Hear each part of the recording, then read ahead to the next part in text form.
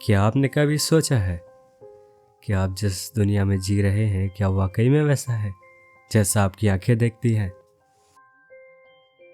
आप किसी से मिलते हो और उस वक्त वो आपके लिए एग्जिस्ट भी कर रहा होता है और आपके ख्यालों में भी होता है, मगर आपको पता चलता है कि आप जिस चीज़ को असलियत समझते हैं वो महज आपके दिमाग की एक बनावट है जो आपके दिमाग ने आप ही के लिए तैयार की है।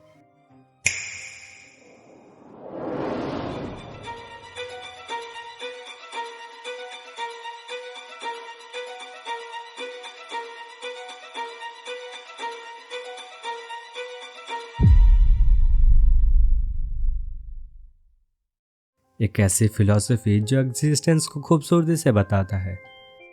जो चीज़ें हमारे दिमाग में हैं सिर्फ वहीं एग्जिस्ट करती हैं, बाकी चीज़ें कुछ है ही नहीं।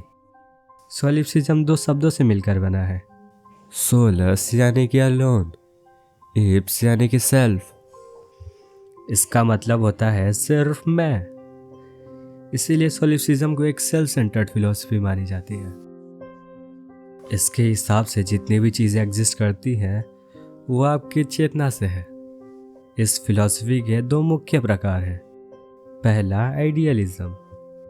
इसके हिसाब से आप जिस दुनिया में जी रहे हैं वो सिर्फ आपके दिमाग के कल्पना से बनी है और आपकी पूरी दुनिया सिर्फ आपके कॉन्शियस दिमाग से है।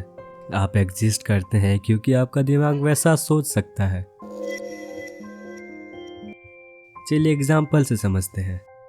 आप नींद में सपना देख रहे हैं। सपने में आप ऊंचाई से गिरने लगते हैं और तुरंत आपकी नींद खुल जाती है।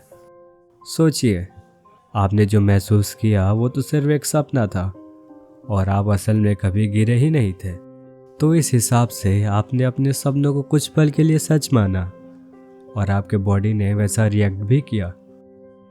आज तक हमारे पास कोई सबूत नहीं जो सपने और हकीकत के बीच एक स्पष्ट अंतर दिखा सके। क्या पता जिस दुनिया को आप अब तक सच मानते हैं वो सिर्फ एक सपना ही हो। दूसरा मटीरियलिज्म। ये आइडियलिज्म के बिल्कुल विपरीत है। इसके हिसाब से आपकी इमोशंस और आपकी सोच महज न्यूरॉन्स के सिग्नल्स और बायोलॉजिकल मैकेनिज्म से बनी है और इसके हिसाब से कॉन्शियस जैसी चीज़ एग्जिस्ट ही नहीं करती।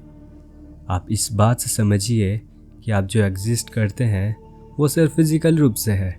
आप जो सोच पा रहे हैं वो सिर्फ आपके दिमाग में होने वाले हलचल की वजह से है। सोलिप्सिज्म के बहुत से फिलॉसफी है, लेकिन उनमें से मैंने दो टाइप को क्लियरली एक्सप्लेन करने की कोशिश की है और अंत में मेरा क्या कहना है इस फिलॉसफी पे।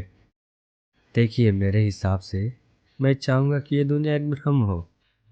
आप सोच रहे होंगे कि शायद मुझे मदद की ज़रूरत है या मैं किसी डिप्रेशन में हूँ, लेकिन मैं ऐसा इसलिए कह रहा हूँ क्योंकि मैं हूँ इसलिए सोच सकता हूँ।